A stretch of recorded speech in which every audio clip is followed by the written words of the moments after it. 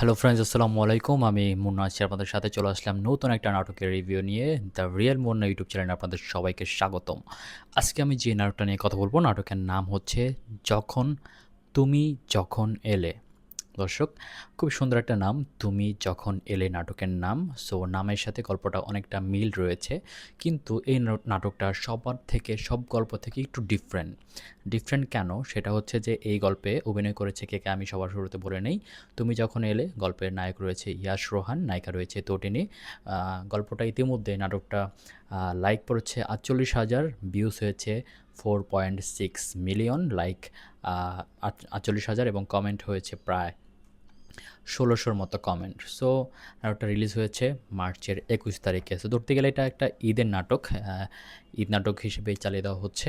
So নাটকটা সব থেকে ডিফারেন্ট লেগেছে আমার এই কারণেই, কারণ আমরা সব গল্প দেখতে পাই যে প্রেমিক প্রেমিকা বা বিয়ের আগের যে মোমেন্টগুলো থাকে সেগুলো ক্রিয়েট করে গল্প তৈরি করা হয়, বা বিয়ের পরের মোমেন্টগুলো থেকে ছেলে নায়ক নায়িকার একটা গল্প ক্রিয়েট করা হয়। কিন্তু এখানে সম্পূর্ণ ডিফারেন্ট, বিকজ হচ্ছে এখানে মেন যে নায়ক সে অবিবাহিত থাকে, এবং মেন যে নায়িকা তটিনী সে থাকে বিবাহিত, এবং তার হাজব্যান্ড থাকে একজন, সে সাইড হিরো যেটাকে বলে, এবং তটিনীর একটা মেয়েও থাকে।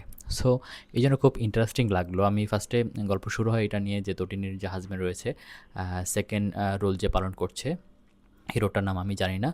তো সেই হিরোটার সাথে তটিনীর ডিভোর্স হয়ে যায়, কিন্তু তাদের বাচ্চার জন্য তাদের দেখা হয় একে অপরের সাথে। আর তটিনী যে অফিসে জব করে সেখানের তটিনীর উপরের পোস্টে নায়ক ইয়াস রোহান, সে নতুন জয়েন করে। তো সেখানে জয়েনটার লেটার দেয় তটিনী নিজেই, এবং তটিনী ইয়াস রোহানের আন্ডারে কাজ করে।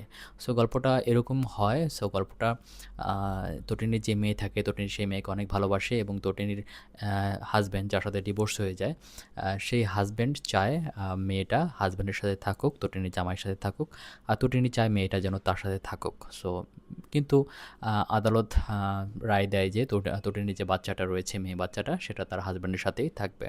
আর গল্পে ইয়াশ রোহানের ভূমিকাটা এখানে ধরতে গেলে হিরো যে ক্যারেক্টার এখানে আমার কাছে একটু ডিফারেন্ট লেগেছে, কারণ হচ্ছে যে ইয়াশ রোহান অফিসের বস থাকে। সো সেই বস থাকা অবস্থায় একটু ডিভোর্সি মেয়ের প্রতি এত আকর্ষণ হওয়াটা একটু অদ্ভুত লেগেছে আমার কাছে। সো তো ইয়াশ রোহান ইয়াশ রোহান যখন জানতে পারে তটিনীর বাচ্চা আছে, তো সে একটু অবাক হয়, এবং আরও অবাক হয় যখন জানতে পারে তটিনীর ডিভোর্স হয়ে গেছে।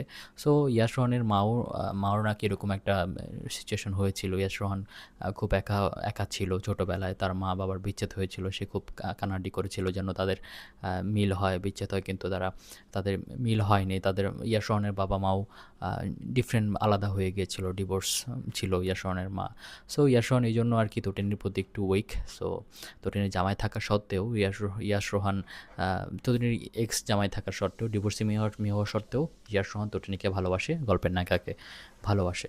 সো গল্পটা খুবই সুন্দর ছিল। লাস্ট মোমেন্টে আসলে এটাই চলছিল যে তটিনী কি ইয়াশ রোহানকে অ্যাকসেপ্ট করবে কিনা, ভালোবাসবে কিনা, বা নতুন করে আবার হাজব্যান্ডের জায়গা দিবে কিনা, যেহেতু তটিনীর হাজব্যান্ড নেই। সো আবার তটিনীর খুব একটা লাস্ট মোমেন্টে এরকম মোমেন্ট থাকে, তটিনীর মেয়েকে তার এক্স হাজব্যান্ড যার সাথে ডিভোর্স হয়ে যায়, সে বিদেশে নিয়ে যাবে। তো তটিনী তখন খুব মন খারাপ করে যে তার মেয়েকে আর সে কখনোই দেখতে পাবে না, কিন্তু ইয়াশ রোহান তার হয়তো কোনো একটা কারিশমা থাকে, ক্যালমা থাকে। সো তটিনীর এক্স হাজব্যান্ড বিদেশ যেতে পারে না, থানায় আটক হয় কোনো একটা মানি লন্ডারিং মামলায়, মেবি এরকম। সো তারপরে তটিনীর মেয়ে তটিনীর কাছেই থাকে, যেহেতু তটিনীর এক্স হাজব্যান্ড যার সাথে ডিভোর্স হয়ে যায় সে যখন জেলে চলে যায়, তখন মেয়েটা তটিনীর কাছেই থাকা হয়। তটিনী সেই মেয়েকে নিয়ে থাকে, এবং শেষ পর্যন্ত তটিনী ইয়াশ রোহানকে তার লাইফে চায় না, বলে যে আমি ডিভোর্সি মেয়ে, আপনি আমার লাইফ থেকে সরে যান, আপনার সাথে আমার চায় না। সো তখন তটিনীর যে মেয়েটা থাকে, মেয়েটা তাকে বসকে চায় যে মা তুমি বসকে কেন বিয়ে করছো না, বা বিয়ে করে নাও। সো এরকমই একটা গল্প, খুবই ডিফারেন্ট একটা গল্প। বাট আমার কাছে ওরকম অতটা ভালো লাগেনি, কারণ হচ্ছে তটিনীর জামাই আছে, জামাইয়ের সাথে ঝগড়া, এখানে আবার অবশ্যই বসের সাথে প্রেম, বা কেমন যেন এটা অবাস্তবের মতো লাগলো আমার কাছে। বাস্তবে যদি হয় এরকম, আই ডোন্ট নো, বাট আমার কাছে ওরকম ভালো লাগেনি। গল্পটা আমি 10-এ 5 দিব। আপনারা চাইলে দেখতে পারেন, খুব সুন্দর গল্প, আপনাদের ভালো লাগবে আশা করি। সো যারা এখন পর্যন্ত যখন তুমি এলে দেখেননি, অবশ্যই দেখবেন, এবং কমেন্ট করে জানাবেন আমার এই রিভিউটা কেমন লাগলো। অবশ্যই আমার চ্যানেলটা সাবস্ক্রাইব করতে ভুলবেন না। দেখা হচ্ছে নেক্সট ভিডিওতে। আল্লাহ, সেই পর্যন্ত সবাই ভালো থাকবেন, সুস্থ থাকবেন। আল্লাহ হাফেজ, টাটা।